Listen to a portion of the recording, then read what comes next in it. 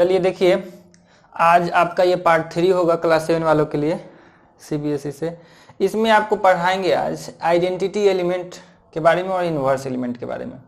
ये इंटीजर आपका चल रहा है, पीछे का क्लास नहीं देखे हैं तो जाके देख लीजिएगा, प्लेलिस्ट में है।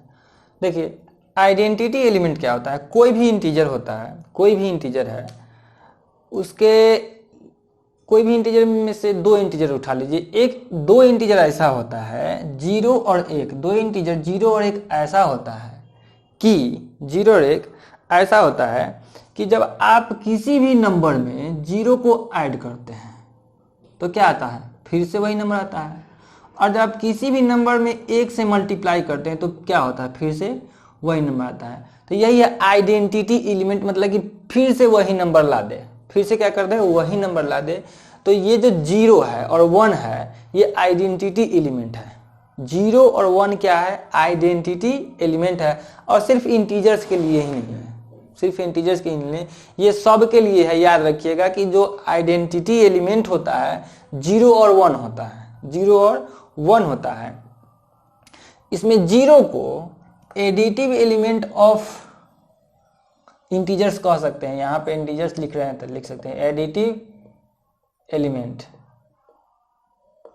तो क्या कहते हैं, 0 क्या है, एडिटिव एलिमेंट है। 0 क्या है, एडिटिव एलिमेंट है। और जबकि 1 क्या है, मल्टीप्लिकेटिव एलिमेंट है।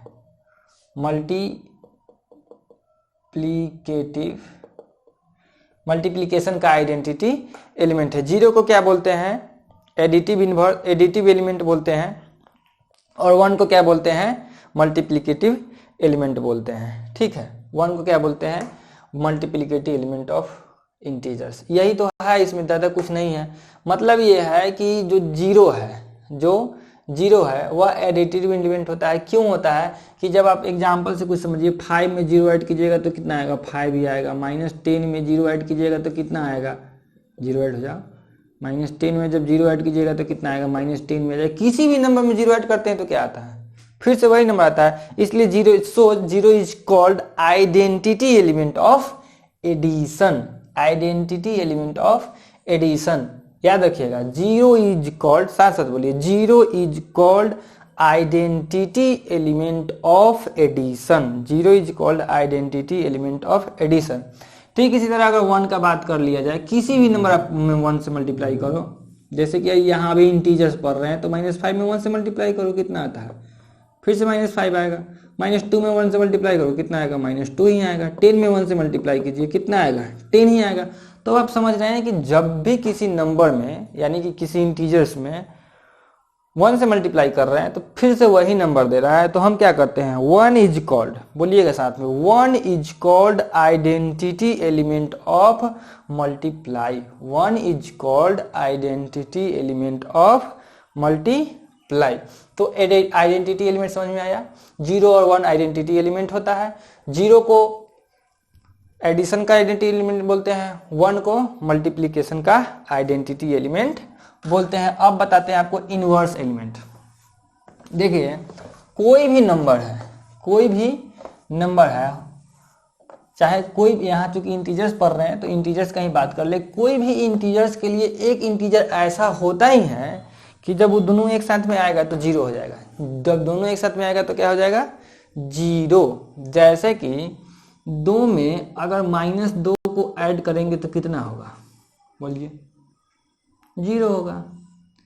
-3 में जब आप 3 को ऐड करते हैं तो कितना आता है, 0।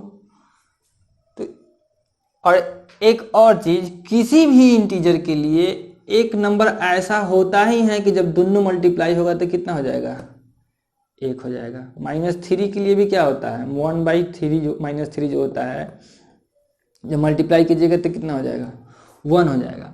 तो यहाँ भी दो चीज है, एक है एडिटिव इनवर्स और एक है मल्टीप्लिकेटिव इनवर्स। एक एडिटिव इनवर्स है और एक मल्टीप्लिकेटिव इनवर्स है। तो आपको बताते हैं कि एडिटिव इनवर्स कैसे पता करेंगे और फिर मल्टीप्लिकेटिव इनवर्स कैसे पता करेंगे।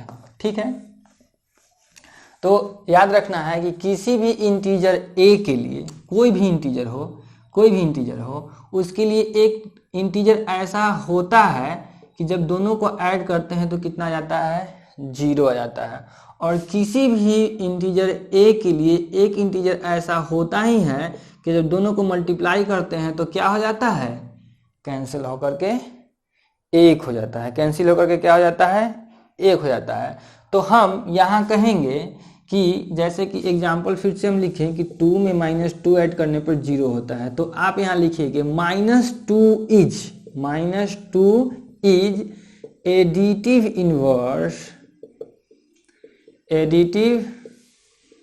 Inverse of 2।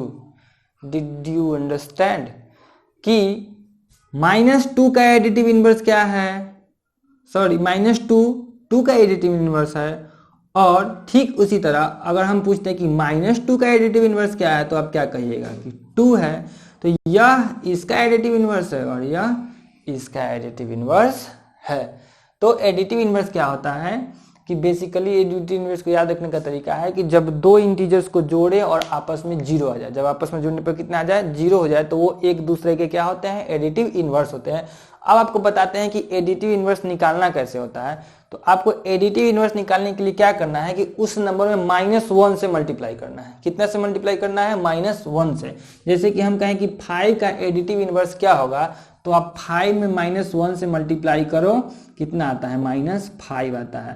तो यही इसका एडिटिव इनवर्स है। 5 का एडिटिव इनवर्स क्या है, -5 है। ठीक है, एडिटिव इनवर्स समझ में आया। अब बताते हैं मल्टीप्लिकेटिव इनवर्स।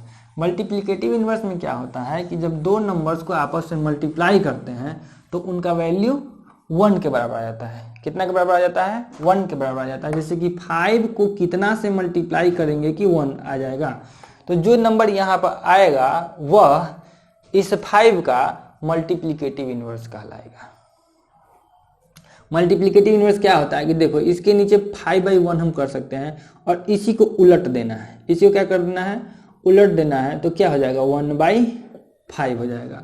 तो यही 1/5 5/1 का क्या है, मल्टीप्लिकेटिव इनवर्स है। कैसे, इस 5 ये 5 से 5 कैंसिल हो गया, बच कितना गया, 1/1 मतलब कि 1।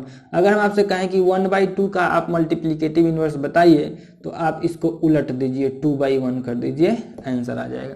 फिर कहें आपसे कि -3 का मल्टीप्लिकेटिव इनवर्स बताइए, तो आप कहिएगा 1/-3। माइनस, इसमें साइन को चेंज नहीं करना है बाबू, साइन को चेंज नहीं करना है, इसमें साइन रहेगा।